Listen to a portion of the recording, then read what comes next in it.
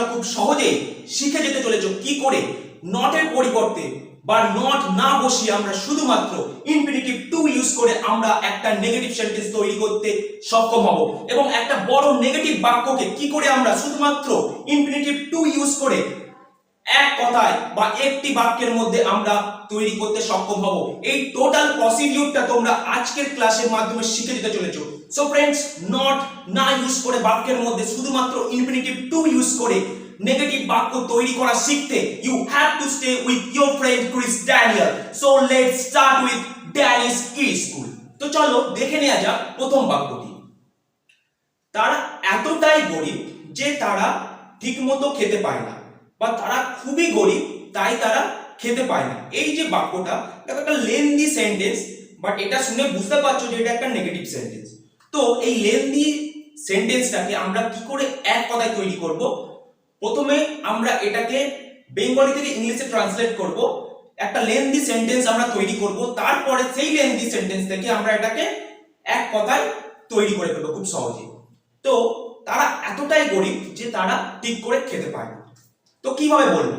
They are so poor that they have to starve. They are so poor that they have to starve. তো দেখো, এই সেন্টেন্সটা যখন ইংলিশে কনভার্ট করলাম বেঙ্গলি থেকে, তখনও কিন্তু একটা লেন্দি সেন্টেন্স আমরা পেলাম। তো এটা নেগেটিভ সেন্টেন্স, তো এটা তৈরি হয়ে গেল। এটাকে আমরা কি করে, by applying infinitive to we can easily convert it into a single sentence. That is the trick and that is the formula that you have to learn right now. So friends, চলো দেখে নেওয়া যাক এটাকে কি করে আমরা শর্টে আমরা তৈরি করে নেব বা এক কথায় তৈরি করে নেব। They are too, T-double-two. They are too poor to starve. তো এই ক্ষেত্রে ফর্মুলাটা কি হবে? আমরা দেখো বাক্যটির মধ্যে কি লিখেছি? They are so poor. সবসময় মনে রাখবে, যখনই তুমি কনভার্ট করছো তখনই তোমাকে সো এর পরিবর্তে তোমাকে বসাতে হবে T-double-two. টু মিন্স কি? এক্সেসিভ। যখনই কোনো কিছু এক্সেসিভ বোঝায় তখনই আমরা T-double-two ইউজ করি বাক্যের মধ্যে। তো যেহেতু দেখো দে আর সো পুয়ার লিখছি, তো এটা বোঝাচ্ছে কি তারা এতটাই গরিব। তো তাদের এক্সেসিভনেস অফ পভার্টি, মানে তাদের যে গরিবী অবস্থা, তাদের খুব প্রচুর পরিমাণে বা বিশাল গরিব, এইটাকে কিন্তু সেন্সটা দিয়ে দিচ্ছে এই বাক্যটি। তো সেই ক্ষেত্রে আমাকে যখনই আমরা এক কথা এটাকে পরিবর্তন করব, তখনই আমাকে এক্সেসিভ সিচুয়েশনকে এক্সপ্রেস করার জন্য আমাকে অবশ্যই T-double-two বসাতে হবে। সবসময় মনে রাখবে, simply in place of so এর পরিবর্তে তোমাকে T-double-two ইউজ করতে হচ্ছে। তারপরে দেখো টু স্টার বসালাম, দে আর টু পুয়ার টু স্টার। তো এই যে টু বসালাম, টুটা হচ্ছে ইনফিনিটিভ টু, আর স্টার এটা হচ্ছে আমাদের প্রেজেন্ট ফর্ম অফ ভার্ব। তো এইটা দিয়ে আমি কিন্তু নেগেটিভটাকে তৈরি করে ফেললাম। দেখো বাক্যটা কত বড় ছিল।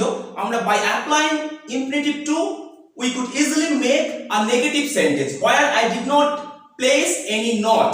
কোনো not আমি বসালাম না কিন্তু বাক্যের মধ্যে। ফর্মুলাটাকে কি করে তোমরা গঠন করবে, কারণ সব সময় তোমাদেরকে ফর্মুলাটাকে শিখতে হবে। তো ফর্মুলাটা গঠন করার যে উপায় সেইটা দেখে নাও। আমরা যে বাক্যটা তৈরি করলাম, তারা এতটাই গরিব যে তারা খেতে পায় না।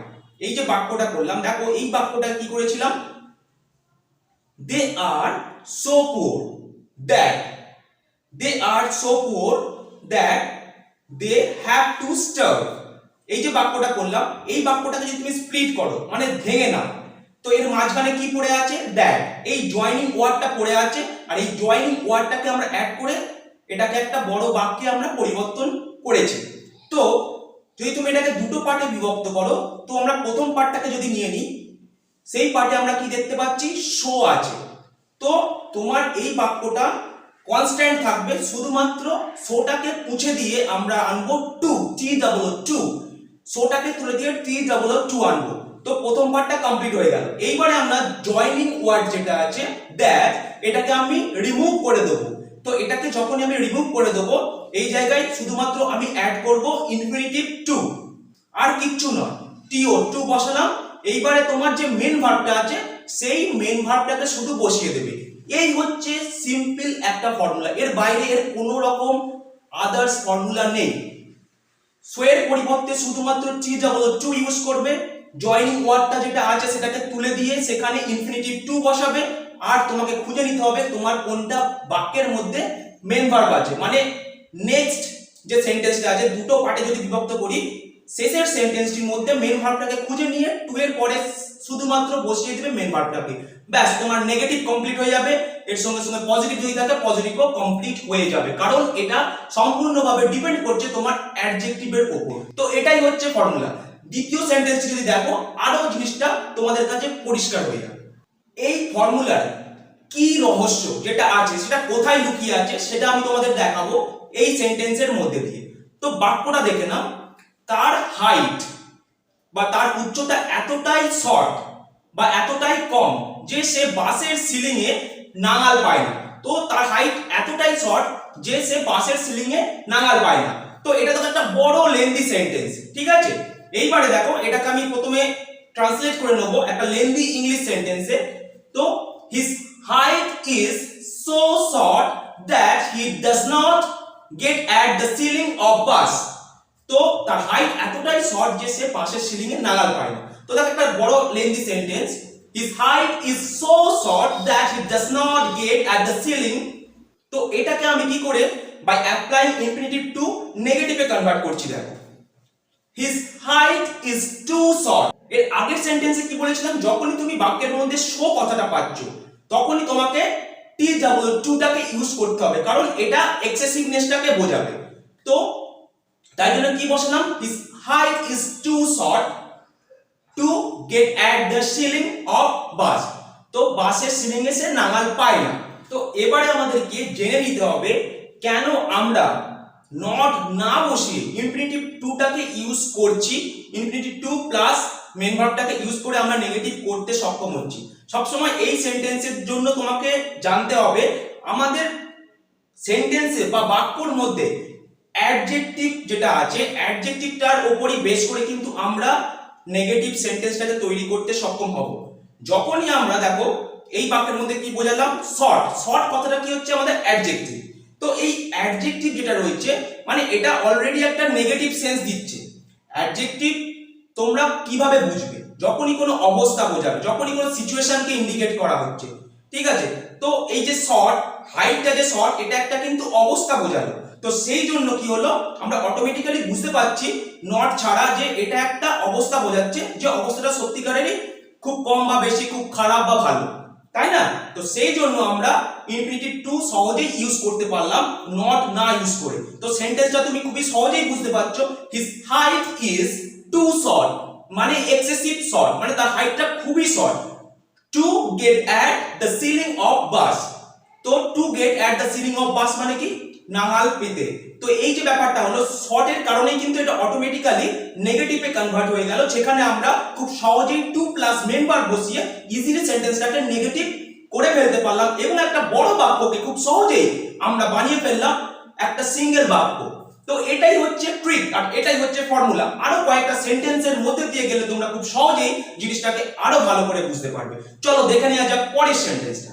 সে এতটাই মাথা মোটা যে সে কিছু শিখতে পারে না, he is so lame brain that he cannot learn anything। তো দেখো এই বড় একটা বাক্যকে আমি কি করে ইনফিনিটিভ টু ইউজ করে শর্টে পরিবর্তন করে দিচ্ছি এবং এক কথাই বলে দিতে পারছি। দেখো, he is too lame brain to remember or he is too lame brain to learn anything, he is too lame brain to learn anything। তো দেখো কি করে আমরা ইনফিনিটিভ টু টাকে ইউজ করলাম। এর পরের বাক্যটি যদি দেখো জিনিসটা আরো পরিষ্কার হয়ে যাবে। দেখো কেন আমি বলছি অ্যাডজেক্টিভের ওপর বেস করছে তোমার বাক্যটি নেগেটিভ বাক্য না পজিটিভ বাক্য। তো পরের বাক্যটি যেমন দেখে নাও, সে এতটাই সুন্দর যে তাকে সবাই পছন্দ করবে। তো ব্যাপারটা বুঝতে পারছো, এই যে সুন্দর এইটা কিন্তু অ্যাডজেক্টিভ। তো সুন্দর যখনই আমি বাক্যের মধ্যে দিচ্ছি তখনই বুঝতে পারছো এটার মধ্যে কোনো নেগেটিভিটি নেই। কোনো নেগেটিভিটি কি তুমি পাচ্ছ না।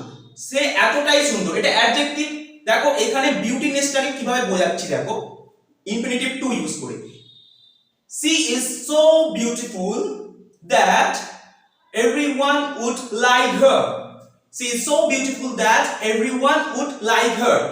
দেখো বাক্যটা দেখো তুমি খুব সহজেই বুঝতে পারছো এটা কোনো নেগেটিভ বাক্য নয়, কি করে বুঝতে পারছো? শুধুমাত্র এই একটি অ্যাডজেক্টিভ ওয়ার্ডের উপর বেস করে তুমি খুব সহজেই বুঝতে পারছো। এই যে সুন্দর, এটা কিন্তু অ্যাডজেক্টিভ, তো যখনই সুন্দর তখনই কিন্তু তার পছন্দের কারণটা সবাই হয়ে উঠছে। তো এখানে কোনো নেগেটিভিটি তুমি পাচ্ছ না খুঁজে।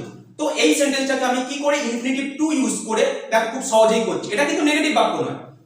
C is too beautiful to be liked by everyone. She is too beautiful to be liked by everyone. দেখো এইখানে কিন্তু সে যে সুন্দর, তার এক্সেসিভ সুন্দর হওয়ার কারণটা সো যখন ইউজ করেছি বাক্যের মধ্যে তখন এটাকে ফুটিয়ে তুলছে। তো এই সো এর পরিবর্তে আমি কি বসাচ্ছি? টু।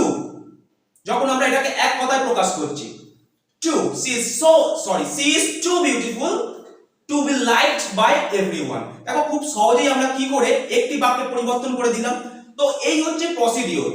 নট না বসিয়ে আমরা খুব সহজেই ইনফিনিটিভ টু ইউজ করে এরকম বড় বড় বাক্যকে ছোট করে দিতে পারি খুব সহজেই। শুধুমাত্র অ্যাডজেক্টিভটাকে লক্ষ্য রাখো বাক্যের মধ্যে, অ্যাডজেক্টিভের উপর বেস করে কিন্তু আমরা এরকম বাক্যকে খুব সহজেই ইনফিনিটিভ টু ইউজ করে আমরা তৈরি করে ফেলতে পারি। সো বন্ধুরা, আশা করি আজকের ক্লাসে তোমরা খুব সহজেই শিখে যেতে পেরেছো কি করে তোমরা নট না ইউজ করে খুব সহজেই করতে পারবে নেগেটিভ বাক্য by applying infinitive to in sentence. So friends, আজ এই পর্যন্তই। নমস্কার।